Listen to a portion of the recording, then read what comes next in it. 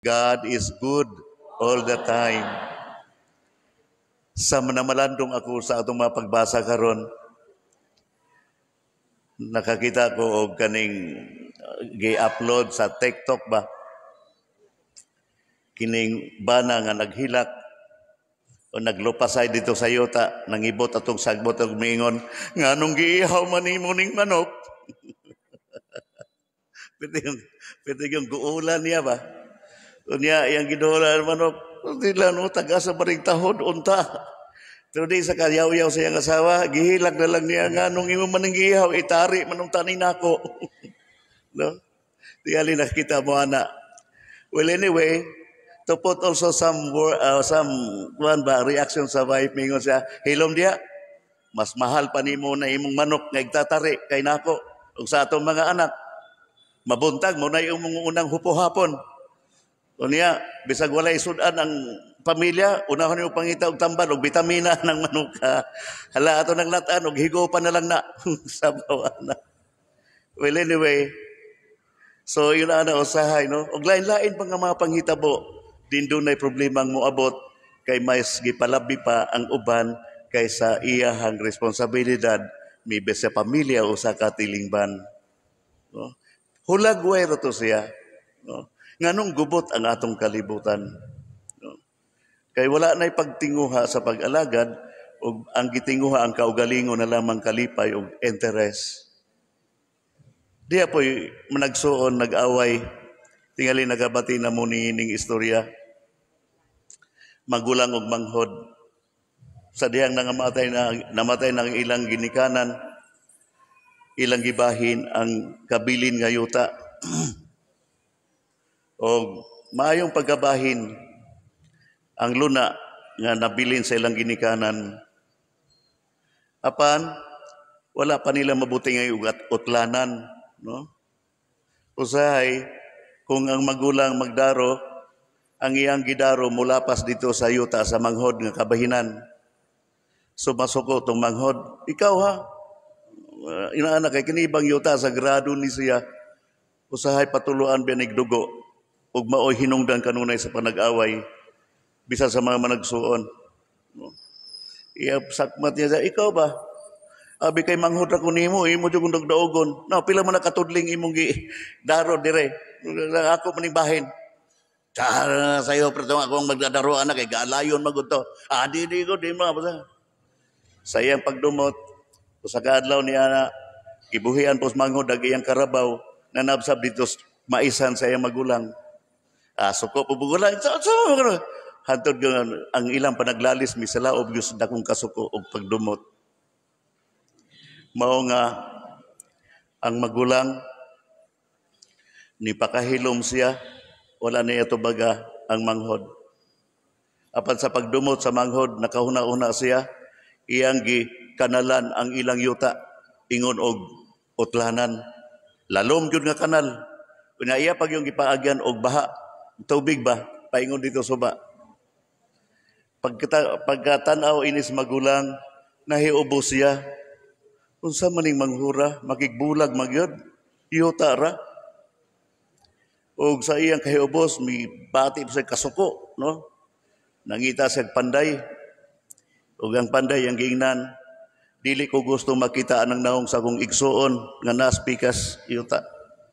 So, buhati og koral, no? Pinsa ning akong yuta dinhi nga kilid ining suba. O kanang tight yung gayo nga pagkakaw nga di ko ganahang makakita dito sa pikas. Kaya di ko gusto makita akong naong sa akong igsuon.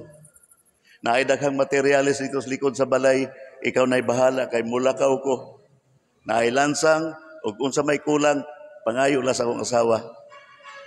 So mao to ang naitabo. Milakaw ang magulang kay doon na lagi mga giatiman nga negosyo usab. After maybe 1 week, mibalik siya. Og mao dayo ang gisusi ang gipagama niyang pinsa. Pero sa dakong katingala, wala man siya nakitang pinsa. Di misilaod na po na iyang kasuko. Ang iyang nakitaan, taytayan, mahinoon, nga nagsumpay sa yuta sa iyang manghod o sa iyaha. Di sa mo sa kasilaob, hay matong panday. Ang panday diya sa likod. Diyan ako, sir. Unsa man kang ako tikang gisultihan unsay buhaton kay di na ko ganang mutanaw anang ngaong sa igsoon. Wa man nimo tumana ang pinsang akong ipagawa. Kini man himong taytayan imong gihimo.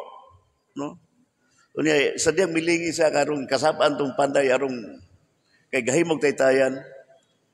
Ang iyang banghod nagbarog dito sa pikas nga nagngisi o nagdupa sa iyang kamot nga murag naghulat niya. Kay nagtuo tong banghod nga gipahimos magulang tong taytayan aron magkauli sila. Di sa pagtanaw sa magulang, akan ni gitawag og blood is thicker than water. Pagtanaw sa magulang, pahiyumon yang manghod, unya nagdupa pa gyud murag kuan ba kay sinyali sa I welcome you, I love you brother ba. Wala siya napoy-poy ang iyahang kasuko. Og misubay sa dito nag-abot sa tunga sa taytayan og nagako silang duha. Nagkauli sila. Lipay silang duha gyud. At least nawagtang ilang problema.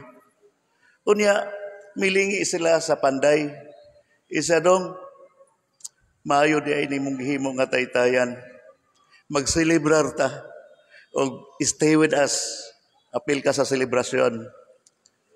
Pero ang panday may balibad sa sir, lami unta na kaayo imong imbitasyon. Pero mula kaon ako kay daghan pang taytayan akong himuon. Ug milakaw ang tao. What does it mean? Sa atong pagabinunyagan o sa atong pagsumusunod ni Kristo, we are called to become builders of bridges. Ilabi na aron magkauli ang kabubuton sa mga tao, ang paghigugmaay, ug mobalik ang kalinaw, ug ang kalipay, ug panagihiusa. Karong Domingo ha, ang unang pagbasa ug ang Ebanghelyo, naghulagway ug katumanan sa gisaad sa atong amahan nga magkauli ang katawhan. Sa unang pagbasa, medyo nasuko ang Ginoo sa Israel, no? Tungod sa ilahang wala na ipagtahod kaniya ug sa ilang mga sala nga gihimo, no? Ug ato ni kung naminaw kamo pag-ayo ni atong pagbasa, mingon dinhi pagka makalilisan sa silot sa Ginoo ni atong mga pangulo nga nagpasagad lang sa nga pamatyon og patibola agon ang iyang katawhan. No? Ang pulong pangulo mao kita nga dunay responsibilidad sa lain-laing matang sa kinabuhi. Kung ikaw amahan diha sa imong pamilya o inahan, kung ikaw barangay opisyal diha sa imong mga sa imong katilingban kung diin man kang barangayan na assign, kung ikaw mayor o konsehal, kung ikaw presidente o gobernador, we are all commissioned by God to take care of the people, to make bridges, mga taytayan sa pagiguli, paghigugmaay, o panaghiusa. Ug muuni ang warning sa Ginoo.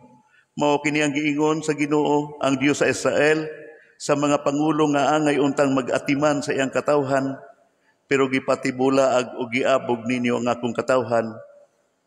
Inay inyo untang atimanon, karon silutan ko kamo tungod sa daotan ninyong mga buhat. Ako ang Ginoo mo'y nagsulti niini. No? Umingon siya, tigumon ko ang nahibilin sa akong katawhan gikan sa kanasuran. Diin ko sila patibula aga ug dadon ko sila pagbalik sa ilang nasod. Unya mo sanay sila pag-ayo, hatagan ko silang mga pangulo nga mag-atiman kanila, dili na sila mahadlok o malisang, o dili ko na sila silutan pag-usab. Ako ang Ginoo, mao'y nag-ingon niini. So, He is giving us some hope, mga paglaom nga mauli sa atong kinabuhi ang kalinaw, ang gugma, hilabi na ang paghari sa Dios kanato. Ug midugang siya sa pagsaad diya sa unang pagbasa.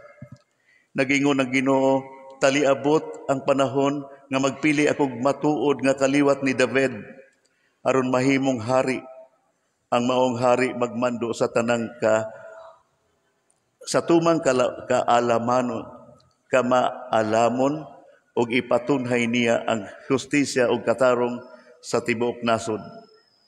Kung maghari na siya, mahilikay na sa kadaot ang katawhan sa Huda ug magpuyo ng malinawon ang katawhan sa Israel. Paganganlag siya ang Ginoo ang atong kaluwasan. No. So, mauni ang una sa tanan, mauni ang katuyuan, nganong gikan sa langit nagpakatao ang atong manunubos, ang atong Ginoo.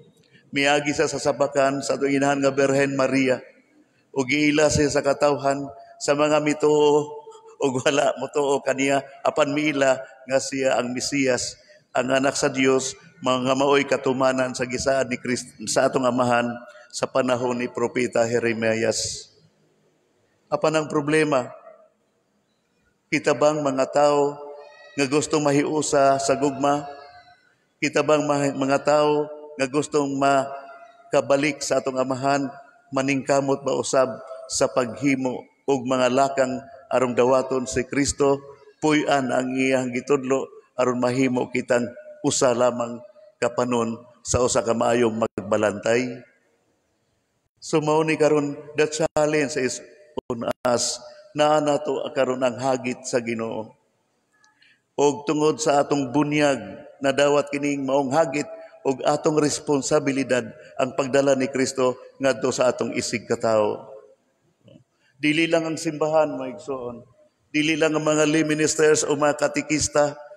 Dili lang ang mga pari o mga obispo ang magdala ni ining kalinaw, kung dili kitang tanan nga nakadawat sa iyang ngalan, nakadawat sa gugma og Espiritu Santo nga mo'y mugayid og mugiya kanato.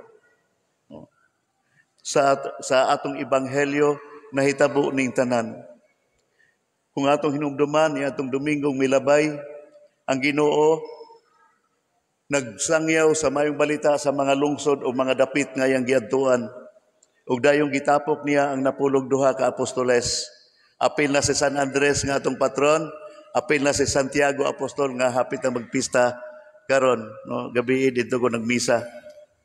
Ikalima nga novena mass nila. Mga apostoles, kung atong hinumduman ni atong Domingo, gisugo sila, gihatagan sila og sugo sa Ginoo. Panglakaw kamo sa tinagurha ug isangyaw ang maayong balita nga ang Dios haduol na kanila, maghari na. No? O kung sa usa ka balay o kalungsod dawaton kamo, ibilin kanila ang inyong yukbo sa pagigdait ug kalinaw. Andin kaon ug inom sa ilang ihatag kaninyo, kaya ang mamumuha ngay gayon sa lutan. Gihubuan niya ang mga apostoles sa kalibutan ng mga butang. Mingon siya, ayaw mo pagdala og ilisan sa inyong paglakaw. Ayaw mo padala og kwarta, bulawan ba, o silver, bronze, no. Nothing at all in your pocket. Ayaw mo pagdala og puntil, nga mo inyong suldan sa mga ihatag sa Ginoo, sa mga tao kaninyo. Pagdala ra mong sungkod og sandalyas, aron sayon ang inyong panaw. Ako magpadala kaninyo sama ngadto sa mga mabangis nga mga lobo, di ba? But be wise, no? Like a serpent, be gentle like a dove, no? So gitagaan na og warning ang mga apostoles sa Ginoo. You will go into the world where people are dangerously against you. Mura silang mga mabangis nga mga iro sa lasang o andam silang mo kunis-kunis kaninyo. Apan ayaw mo kahadlok, no? Muadto ka mo, mura gamita ang inyong kaigmat sama sa mga bitin, apan gamita usab ang kaaghop sama sa mga kalapati. Preach the good news and do not demand anything from people.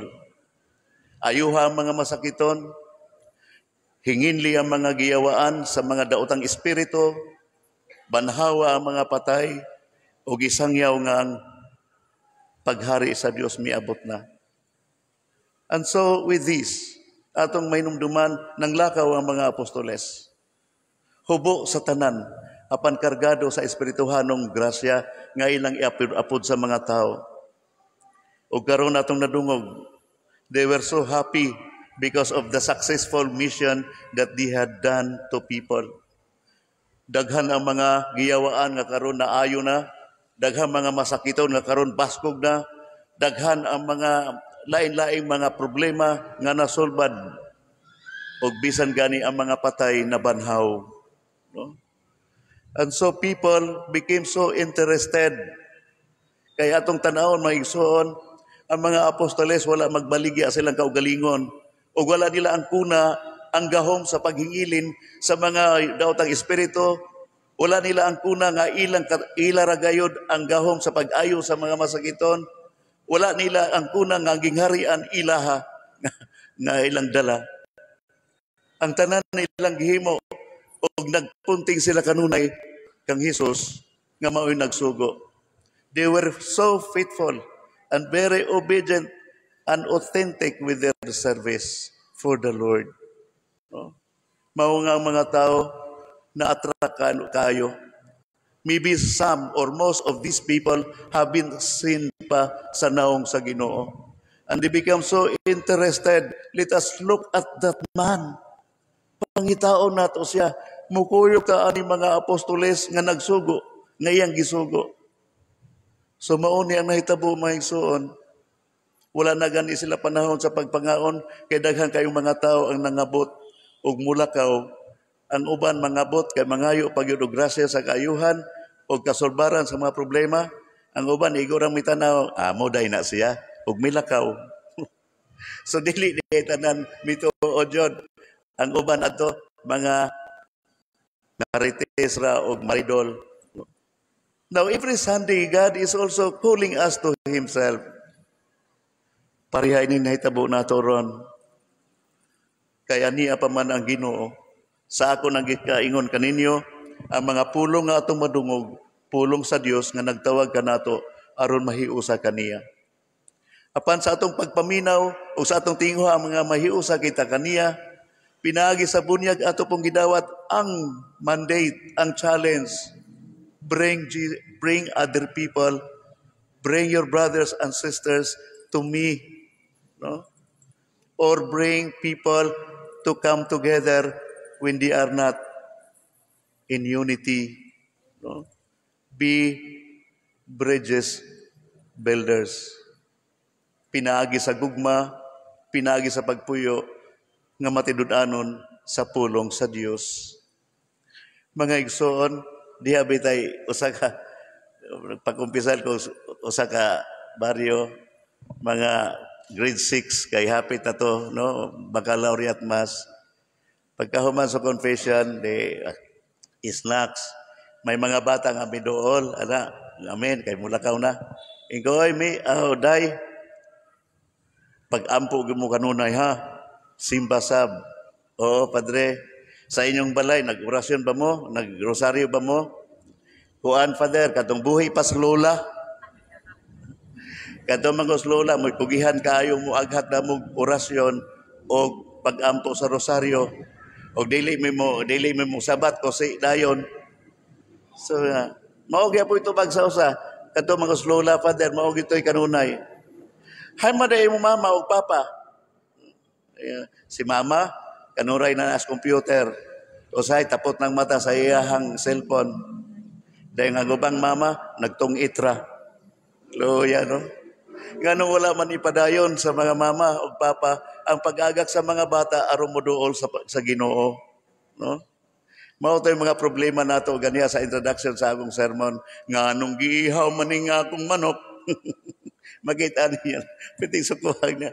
O saon, mas unahon pa man ang bisyo kaysa pagtanaw sa kaayuhan sa pamilya, labi na gayod alang unta sa kalambuan sa espirituhan ng kinabuhi. Sa pagpadayon nato sa atong misa mga igsoon, we are all loved by God. Gihigugma kita sa Dios. O ang maong gugma mag-aghat unta kanato sa pagpangita sa atong maigsoon nga nahilayo kaniya. Mao bitaw nga ang tema karon, become a bridge builder. alang sa mga tao ug alang sa Dios. Ug hinawton ta nga ato ning mahimo pinaagi sa atong mapaubsanon, matinud-anon nga pagpuyo sa gugma sa Dios ag pagpakita niini pinaagi sa paghigugma sa atong isig katawo. God is good all the time. Palihog manindog kita